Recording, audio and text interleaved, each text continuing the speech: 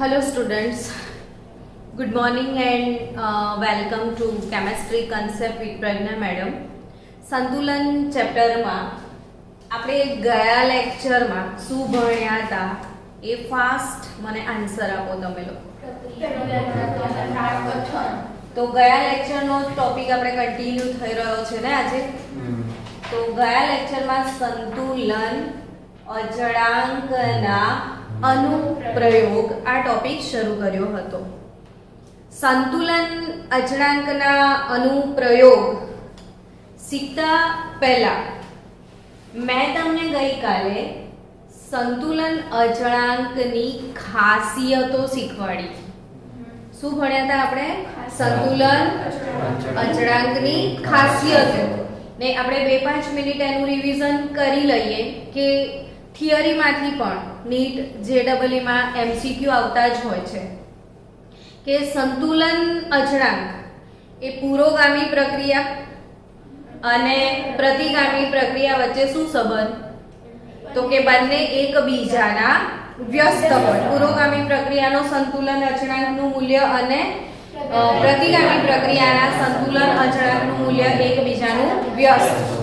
પછી બીજી લાક્ષણિકતા કે આપણે કોઈ સમીકરણને કોઈ ગુણાંક વડે ગુણીએ તો એ ગુણેલા સમીકરણના સંતુલન અચળાંકના મૂલ્યમાં શું ફેર પડે? તો એ જે તે મૂળ સમીકરણના સંતુલન અચળાંકના ઘાતમાં જાય છે, જે ગુણાંક હોય છે તે. ફોર એક્ઝામ્પલ, જો ભૂલી ગયા હોય તો યાદ કરાવું કે H2 gas, I2 gas, 2HI gas, આનો KC ધારો કે 4 છે. હવે હું આ સમીકરણને કેટલા વડે ગુણી નાખું? આખા સમીકરણને. તો ગુણ્યા પછી જે સમીકરણ મળે એનો નવો KC ડેશ શું હોય? તો કે આ જૂનો જે KC છે એની વર્ગ. એટલે તમે જેટલા જે વડે જે ગુણાંક વડે ગુણો છો, જે બી n ગુણાંક વડે ગુણાકાર કરો છો, એ n ગુણાંક ક્યાં જશે? ઘાતમાં. પડી ને ખબર? પણ જો ધારો કે આ સમીકરણને હું 2 વડે ભાગી નાખું છું, તો 2 વડે ભાગું છું એનો મતલબ 1/2 વડે ગુણું છું. 2 વડે ભાગું છું એનો શું મતલબ? 1/2. તો નવો KC શું મળે? તો કે જે જૂનો KC હતો જેના પણ વડે ગુણો છો એ ઘાતમાં જશે. તો આ એક લાક્ષણિકતા આપણે યાદ રાખવાની છે કે સમીકરણને જેના પણ જે પણ ગુણાંક વડે ગુણવામાં આવે, સમીકરણને જે પણ ગુણાંક વડે ગુણવામાં આવે એ ગુણાંક ક્યાં જાય? ઘાતમાં. જૂના KC ના ઘાતમાં. 5 વડે ગુણ્યો હોત તો 4 ની 5 ઘાત. 2 વડે ગુણ્યો હોત તો 4 ની 2 ઘાત. આના પરથી નીટજીના ઢગલો એમસીક્યુ આવશે. એટલે આ લાક્ષણિકતાઓ તમે યાદ રાખો. બીજી એક લાક્ષણિકતા મેં ભણાવી હતી કે પ્રક્રિયક અને નિપજની જે શરૂઆતની સાંદ્રતા છે એનાથી સંતુલન અચળાંક પર કોઈ અસર થતી નથી. તમે શરૂઆતની સાંદ્રતા બદલીને પ્રક્રિયા ગમે તેટલી વાર કરશો, સંતુલન અચળાંક બદલાશે નહીં. એના પછીની લાક્ષણિકતા શું ભણ્યા હતા? કે સંતુલન અચળાંકનું મૂલ્ય શેના પર આધાર રાખે છે? તાપમાન. તાપમાન બદલાશે ને તો સંતુલન અચળાંકનું મૂલ્ય બદલાશે. પણ ઉદ્દીપક રાખશો ને તો સંતુલન અચળાંકનું મૂલ્ય નહીં બદલાય. આ બધી જે ઇમ્પોર્ટન્ટ વાતો છે ને એ આપણને 12મા ધોરણના બીજા કેટલાક ચેપ્ટરો છે, જેમ કે રાસાયણિક ગતિકી ચેપ્ટર છે, પ્રકરણ નંબર 2 માં પણ ઉદ્દીપકની વાતો આવે છે, ડી અને એફ વિભાગના તત્વોમાં પણ ઉદ્દીપકની વાતો આવે છે. ટૂંકમાં શું યાદ રાખશો કે ઉદ્દીપકની સંતુલન અચળાંક પર કોઈ અસર થતી અને સંતુલન અચળાંકના મૂલ્ય પર જો કોઈની અસર થાય છે તો એ તાપમાન છે. એ શું છે? એટલે તાપમાન બદલાશે ને તો સંતુલન અચળાંકનું મૂલ્ય બદલાશે. ને એ સિવાય બીજી એક લાક્ષણિકતા મેં ભણાવી હશે ગઈકાલે કે 2 સમીકરણનો જો તમે સરવાળો કરો છો તો એ જે છેલ્લું સમીકરણ મળે છે એનો k શું હોય? તો તો પેલા બંને સમીકરણના સંતુલન અચળાંકનો ગુણાકાર. આવું શીખ્યા હતા ને? ઓકે. અને ત્રીજી વસ્તુ એ ભણ્યા હતા કે Kc નું મૂલ્ય જેટલું વધારે, Kc ગ્રેટર ધેન 10⁻³ તો પ્રક્રિયા સારી એવી પૂર્ણ થઈ ચૂકી છે. બહુ જ બધા પ્રક્રિયકો વપરાય ને બહુ બધી નીપજ મળે છે. પણ Kc <10⁻³ હોય તો કશું થયું જ નથી. ઓલમોસ્ટ એવું ને એવું પડ્યું રહ્યું છે મિશ્રણ, ખાસ પ્રક્રિયા થઈ નથી. અને જો Kc નું મૂલ્ય 10⁻³ અને 10⁻³ ના વચ્ચે હોય છે તો સફિશિયન્ટ પ્રમાણમાં પ્રક્રિયકો પણ હશે અને સફિશિયન્ટ પ્રમાણમાં નિપજો પણ હશે. આટલું તો આપણે ગયા લેક્ચરમાં શીખી ગયા છીએ.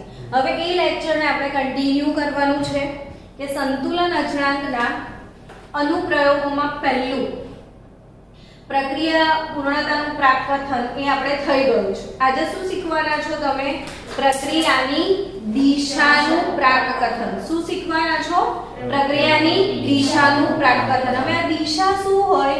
તો કે બે તો દિશા હોય, એક પુરોગામી દિશા અને બીજી કઈ? પ્રતિગામી દિશા. એટલે આપણે શેનું પ્રાકકથન કરવાનું છે કે પ્રક્રિયા અત્યારે પુરોગામી દિશામાં ચાલી રહી છે કે પ્રતિગામી. ફરી એક વસ્તુ સમજો કે અત્યારે ધારો કે હું લેબમાં ઊભી છું, બરાબર? કોઈ એક રાસાયણિક પ્રક્રિયાનો હું અભ્યાસ કરી રહી છું. હવે પહેલા કોઈ વેસલ હોય તો એમાં હું શું લઈશ? પ્રક્રિયકો જ લઈશ ને. તો શરૂઆતમાં હમણાં મેં અંદર પ્રક્રિયકો નાખ્યા છે, N2 ગેસ નાખી દીધો છે, હાઇડ્રોજન ગેસ નાખી દીધો છે. તો શરૂઆતમાં કઈ પ્રક્રિયા થાય? પુરોગામી થશે ને. પ્રક્રિયકો વચ્ચે પ્રક્રિયા થશે ને શું બનશે? નિપજ. એટલે શરૂઆતમાં કઈ પ્રક્રિયા ચાલશે? પુરોગામી. નિપજ બનશે બનશે બનશે બનશે બનશે. પછી શું થશે એમ કહો? થોડી વાર પછી સંતુલન ના સ્થપાય. હવે નિપજમાંથી પ્રક્રિયા બનવાની. પહેલા પ્રક્રિયકો વપરાશે, આમ પ્રક્રિયકો ઘટતા જશે ને નિપજ વધતી જશે. પછી ધીરે ધીરે અને પછી સંતુલનમાં આવશે. સમજ્યા? એટલે શરૂમાં પુરોગામી ચાલતી હશે, પછી પ્રતિગામી ચાલતી હશે ને પછી એક લેવલ પછી સંતુલન આવશે. સમજ્યા? તો આપણે એ જ પ્રાકકથન કરવાનું છે કે હમણાં મારી પ્રક્રિયા મેં એક ડબ્બામાં ચાલુ કરી, 10 કે 15 મિનિટ પછી હું શું કરીશ? તો એ ડબ્બાની અંદર કેટલો નાઇટ્રોજન વપરાયો છે, કેટલો હાઇડ્રોજન વપરાયો છે, એની સાંદ્રતા માપી લઈશ અને સાંદ્રતા માપીને પછી હું કંઈક સંતુલન અચળાંક ગણીશ અને એના પરથી નક્કી થશે. એટલે એ જ સમજવાનું છે કે આપણે પ્રક્રિયાની પૂર્ણતાનું પ્રાકકથન તો Kc દ્વારા કરી શક્યા એના મૂલ્ય દ્વારા, પણ પ્રક્રિયાની દિશાનું પ્રાકકથન Qc દ્વારા થશે. કોના દ્વારા? હવે આ Q શું છે? તો Q છે પ્રક્રિયા ભાગફળ. Q શું છે? પ્રક્રિયા ભાગફળ. Q શું છે? પ્રક્રિયા ભાગફળ. સમજી રહ્યા છો? Q શું છે બોલો? પ્રક્રિયા ભાગફળ. હવે તમને એમ થશે કે Kc હમણાં સુધી શીખ્યા હતા મેડમ, આ Qc કઈ આખ્યા નવું હે ને? તો Qc ને Kc નો તફાવત સમજવા જેવો છે, આવડવો જોઈએ. કે બચ્ચાઓ આપણે જ્યારે કોઈ રાસાયણિક પ્રક્રિયા લખતા હતા, ચલો H2 gas, I2 gas, 2HI gas, ધારો કે આવી પ્રક્રિયા લખતા હતા. પછી આપણે દાખલા બી ગણ્યા છે, તમને ધ્યાન હોય તો. ત્યારે પહેલું સ્ટેપ શું લખતા હતા? શરૂઆતની સાંદ્રતા. પછીનું સ્ટેપ કોને યાદ છે? વપરાયેલ સાંદ્રતા. પછીનું સ્ટેપ કોને યાદ છે? સંતુલને સાંદ્રતા. પછી અહીંયા સાંદ્રતા લખતા હતા. એટલે સંતુલને સાંદ્રતા મતલબ આ પ્રક્રિયામાં શું સ્થપાઈ જાય? સંતુલન પૂરેપૂરું. અને પછી જે સાંદ્રતા મળે અને એના પછી જે તમે સંતુલન અચળાંક ગણો છો એ Kc. કાલે આપણે આ ડિસ્કસ કરી હતી કે સંતુલન અચળાંકની લાક્ષણિકતા શું? તો કે જ્યારે પ્રક્રિયકો અને નિપજો આ બંને વચ્ચે સંતુલન સ્થપાઈ જાય પછી જે સાંદ્રતા મળે એનાથી ગણવામાં આવે છે સંતુલન અચળાંક. પણ હમણાં આપણે શું કરી રહ્યા છે ખબર છે કે હજી તો તમે પ્રક્રિયા ચાલુ કરી છે ને, તમને 25 મિનિટ પછી આમ અંદર જાણવાનો ઉમળકો આવ્યો છે કે કેટલું થયું, સમજ્યા? હા કે ના? એક સરસ મજાની સ્ટોરી કહું કે એક ખાડો ખોદેલો હતો ને એ ખાડા પર માટી પાથરી દીધી, પાણી રેડ્યું ને 3 વાંદરા આમ કરીને બેસી રહ્યા હતા. તો એને પૂછવામાં આવ્યું કે તમે કેમ આવી રીતે બેસી રહ્યા છો? તો એ લોકોએ જવાબ આપ્યો કે અમે ગોટલો રોપ્યો છે, આંબો ક્યારે બહાર આવશે. સમજ્યા તમે કે એણે શું રોપ્યું છે? ગોટલો. એ લોકોને શું ક્યુરિયોસિટી, આંબો ક્યારે બહાર આવશે ને કેરી ક્યારે લાગશે. એમ તમે ડબ્બામાં શું ભર્યું છે? H2 અને I2 ને બાજુમાં બેસી રહ્યા છો. તમારે શું જોવું છે? સંતુલન ક્યારે સ્થપાશે. સમજી ગયા? એટલે તમે થોડી વારે પછી એ વાંદરા શું કરતા હતા? થોડી વારે ખાડો ખોદીને પાછો ગોટલો કાઢતા હતા, ઉગ્યો કે નહીં એ જોતા હતા ને પાછો મૂકી દેતા હતા. એમ તમે બી શું કરશો? થોડી વારે ડબ્બો ખોલશો ને પછી દેખશો એમ.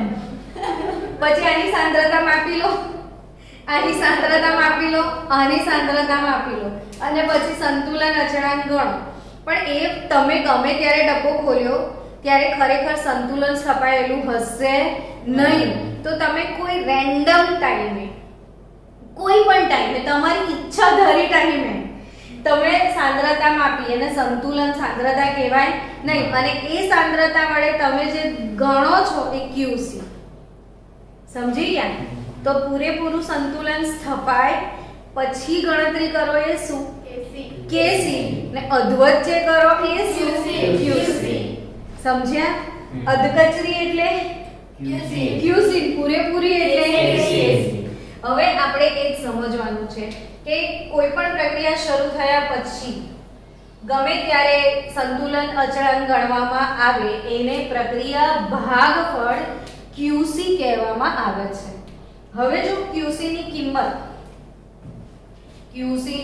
કિંમત શું આવે?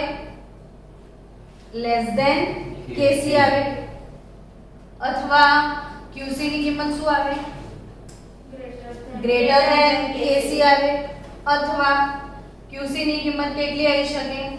Is equal to KC. એમ કે ગણિતમાં તો 3 જ સંબંધ છે, કાં તો મોટો હોય, કાં તો નાનો હોય, કાં તો સેમ હોય. તો મેથ્સ તો આ 3 જ રિલેશન શીખવાડે છે, greater than, less than or equal. તો જો QC લેસ ધેન KC આવે એટલે આપણે ધારો કે માની લો કે આ સંતુલન અચળાંક KC નો બોર્ડર છે કે KC ની વેલ્યુ આ છે. હવે તમે ગણતરી કરી છે QC ની તો એ આટલે આવી. તો આનો મતલબ એમ કે હજી પ્રક્રિયાને સંતુલને પહોંચવામાં વાર છે. સમજ્યા કે નહીં? તો QC લેસ ધેન KC આવે તો શું સાબિત થાય કે પ્રક્રિયા પુરોગામી દિશામાં થાય. કઈ દિશામાં પ્રક્રિયા થાય? પુરોગામી દિશામાં થાય. પણ QC ગ્રેટર ધેન KC થઈ જાય. માની લો કે આ KC નો બોર્ડર છે અને QC ની વેલ્યુ વધારે આવી. બોલો શું સાબિત કરશો તમે? કે પ્રક્રિયા ઊંધી દિશામાં થઈ ગઈ. દેખો પહેલા નિપજ વધી ગઈ પછી નિપજ ઘટશે ને પાછી. એટલે કઈ દિશામાં પ્રક્રિયા ચાલી રહી છે? પ્રતિગામી દિશામાં થાય. આવું સાબિત થાય કે નહીં? અને જો બંને ઇક્વલ લેવલ પર આવી જાય તો QC એ જ KC હોય તો આનો મતલબ શું થાય? સંતુલન સ્થપાઈ ગયું. એટલે આ કઈ દિશા? પુરોગામી. આ કઈ? અને વચ્ચે શું હોય? સંતુલન. સમજી ગયા કે નહીં?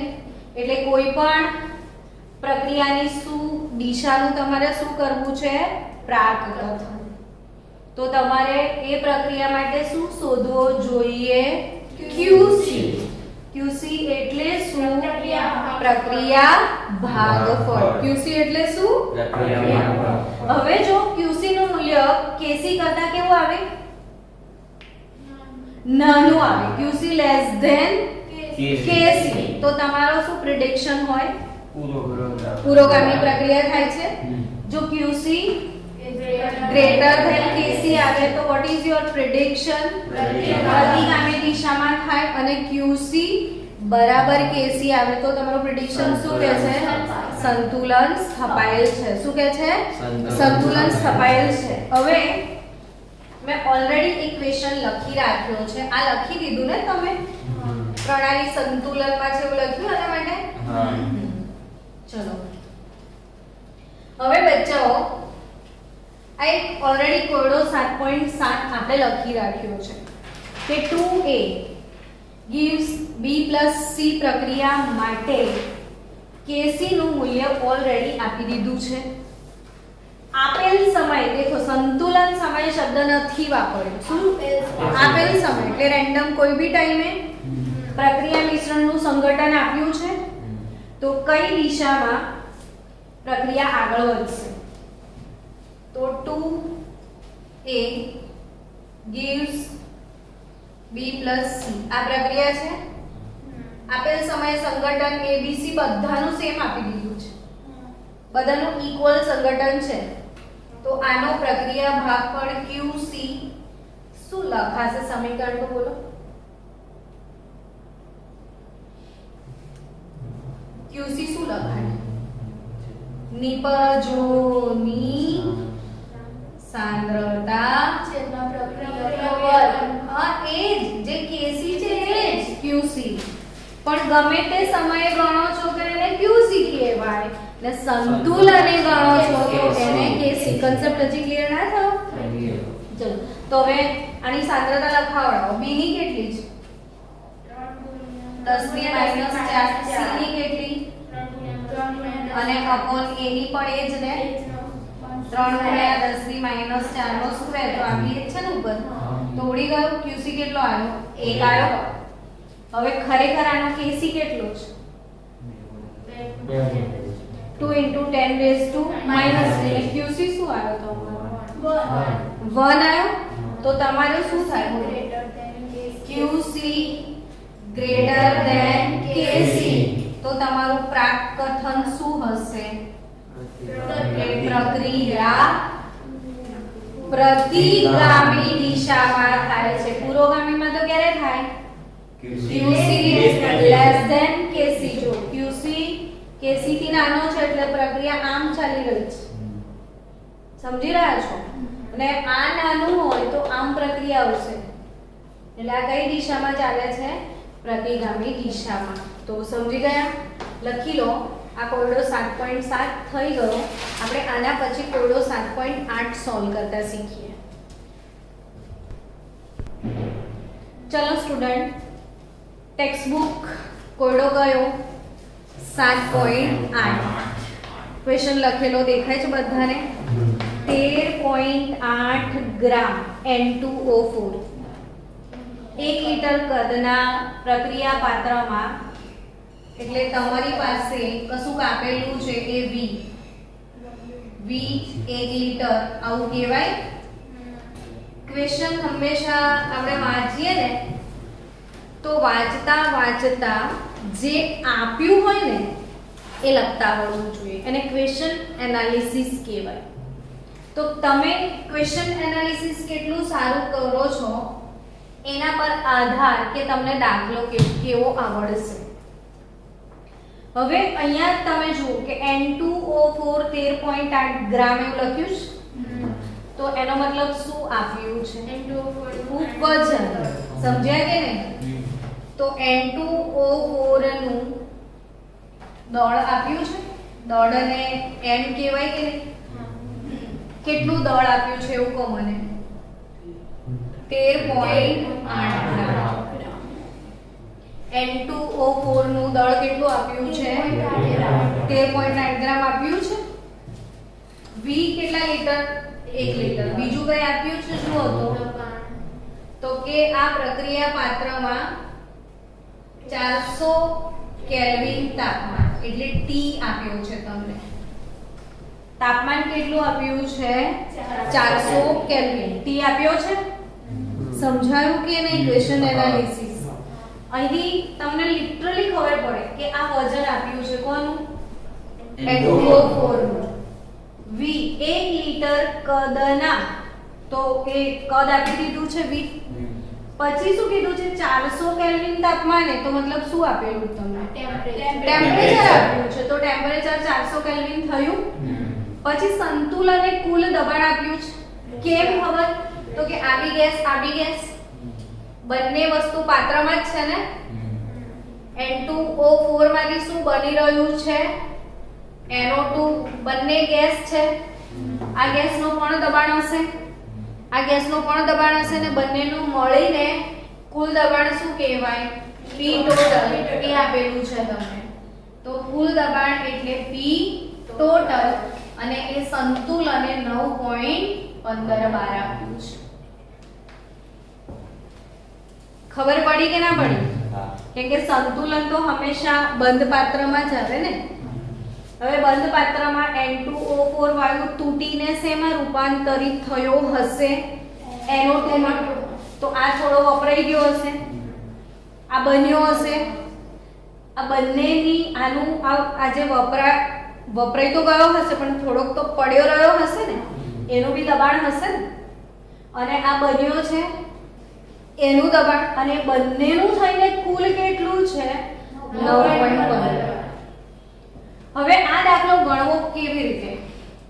તો કે આ દાખલો ગણવા માટે સૌથી પહેલા આપણે સમીકરણ લખવું પડે. તે દિવસે જે મેં તમને દાખલા ગણતા શીખવાડ્યા હતા એ પ્રમાણે સૌથી પહેલા શું લખવાનું?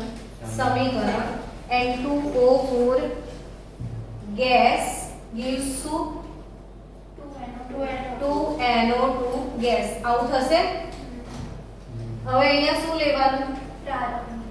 શરૂઆતની સાંદ્રતા. હવે બચ્ચાઓ આ સાંદ્રતા એટલે ગેસ છે ને, તો દબાણ એકમમાં લેવી પડશે. હવે શરૂઆતની સાંદ્રતા 12 એકમમાં આપી જ નથી. તમે શરૂઆતમાં કેટલો ગેસ લીધો એ તો આપ્યું જ નથી, પણ તમને આ બીજું બધું બહુ આપ્યું છે. તો એના પરથી તમારે શરૂઆતનું દબાણ શોધવું પડે. કઈ રીતે? તો કે આ દળ આપ્યું છે ને, એક કામ કરો, N2O4 નું આણ્વીય દળ શોધી કાઢો.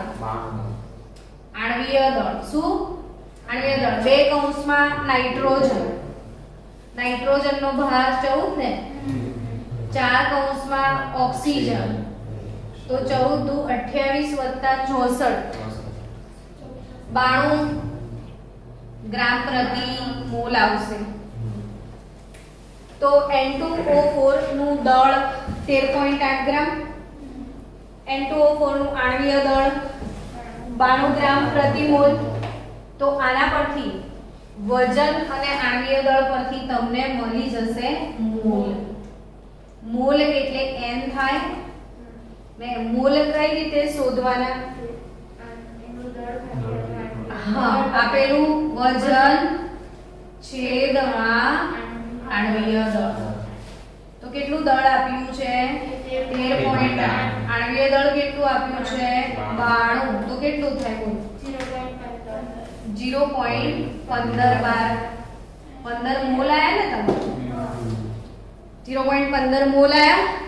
હવે આ મોલ પરથી દબાણ, તો કે આદર્શ વાયુ સમીકરણ PV nRT. આદર્શ વાયુ સમીકરણ શું? PV nRT. તો એના પરથી તમને P મળી જશે ને. nRT બાય શું? V થશે. હા કે ના? તો n જે છે એ n.15 છે. આની કિંમત 8.314 ગુણ્યા 10⁻².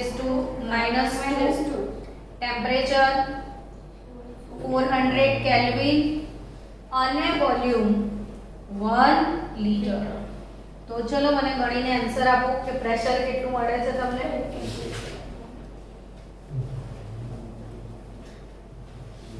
Fast pressure PV is equal to nRT પરથી કેટલો પ્રેશર આવે છે?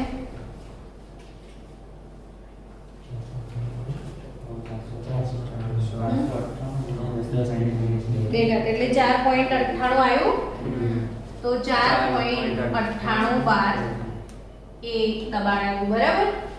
અને આ દબાણને આપણે પ્રારંભિક સાંદ્રતા કહીશું. એટલે શરૂઆતની સાંદ્રતા આવે તમારી જોડે આવી ગઈ 4.98. હવે શરૂઆતની સાંદ્રતા 4.98 છે. શરૂઆતમાં ફક્ત પ્રક્રિયકો હોય, નિપજ હોય ખરી? ના હોય, એટલે એ હશે નહીં. શરૂઆત પછી શું લખવાનું હંમેશા? બોલો, વપરાયેલ સાંદ્રતા. શરૂઆત પછી શું આવે? હવે આ 1 મોલ ને આ કેટલા મોલ થયા? 2 મોલ. તો આ x હોય તો આ શું થાય? 2x થાય કે નહીં? તો બાકી રહેલ સાંદ્રતા 4.98 માઈનસ x અને આ શું 2x થાય. 4.98 માઈનસ x. જો આ શરૂઆતમાં આટલી હતી, આ કઈ હતું? આ x મોલ વપરાય તો આ કેટલા મોલ બને? કેમ કે અહીંયા દેખાય છે 1 મોલ N2O4 ના વિઘટનથી 2 મોલ NO2 બને છે. તો x મોલ ના વિઘટનથી 2x જ થવાના છે. તો બાકી રહેલી કેટલી? તો 4.98 ઓછા x જેટલું દબાણ થાય. આ બધું દબાણ શેમાં છે? 12. તો આ બાકી રહેલ એટલે ક્યારે? સંતુલને. એટલે સંતુલને આ વાયુનું દબાણ આટલા બાર છે અને આ વાયુનું દબાણ આટલા બાર છે. તો બંનેના આ બંને એક જ ડબ્બામાં છે. તો P ટોટલ કેવી રીતે મળે? બોલો, બંનેના આંશિક દબાણના સરવાળાથી. સમજી ગયા?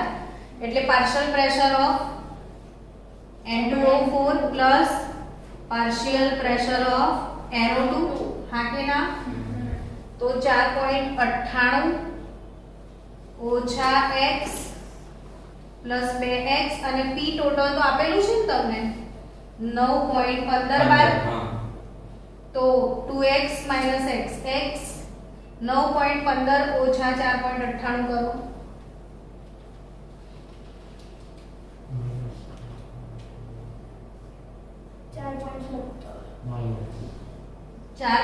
9.15 ઓછા 4.98 4.17 બાર તમને x મળ્યો. તો સંતુલને x આવી ગયો. હવે સંતુલન સમયના સાંદ્રતા, સંતુલને સાંદ્રતા PN2O4 કેટલી? તો કે પ્રેશર ઓફ N2O4 4.98 ઓછા x. તો 4.98 ઓછા 4.17 લખાય. તો આ કેટલું થશે? બોલો, 0.81. અને પ્રેશર ઓફ NO2 આવે છે. પ્રેશર ઓફ NO2 તો 2x છે. તો 2 * 4.17 બોલો કેટલું? 8.34 બાર પ્રેશર. આ સંતુલને બંનેની સાંદ્રતા મળી ગઈ તમને. હવે શું શોધવાનું છે? Kp. તો Kp નું સૂત્ર શું લખાય? NO2 નો સ્ક્વેર, સોરી ગેસ છે ને, તો પાર્શિયલ પ્રેશર લખાશે ડાયરેક્ટ. તો P square NO2 upon P N2O4 આવી ગયું. પાર્શિયલ પ્રેશર ઓફ NO2 8.34 નો વર્ગ upon પ્રેશર ઓફ N2O4 0.81 બાર. તો 85.87 બધું થાય ને. તો 85.87 બાર તમારો જવાબ આવશે. કેમ કે આ 12 નો વર્ગ અને આ 12, તો 12 આન્સર આવશે. તો Kp આટલો આવ્યો તમારો. હવે Kp પરથી Kc કઈ રીતે મળે? તો Kp Kc * RT raise to શું? ડેલ્ટા એન ગેસ તો કેસી કઈ રીતે મળે તો કેપી 85.87 બાર હતું upon RT raise to delta N gas તો આર ની કિંમત 8.3 into 10 raised to -2 temperature 400 kelvin અને raise to delta N gas એટલે આ 2 મોલ છે ને અને આ 1 મોલ તો ડેલ્ટા એન ગેસ શું હોય નિપજ માઈનસ પ્રક્રિયક તો 1 આવશે તો કેસી ગણી નાખો 85.87 અપોન 8.314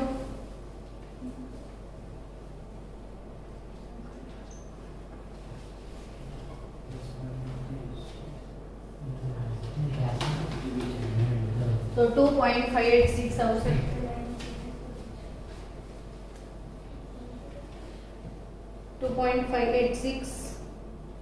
મોલ પર લીટર શું 2.586 મોલ પર લીટર ચલો આખું સ્ક્રીનશોટ પણ લઈ લો અને આ ક્વેશ્ચન લખી પણ નાખો બધા લોકો ને રુદ્ર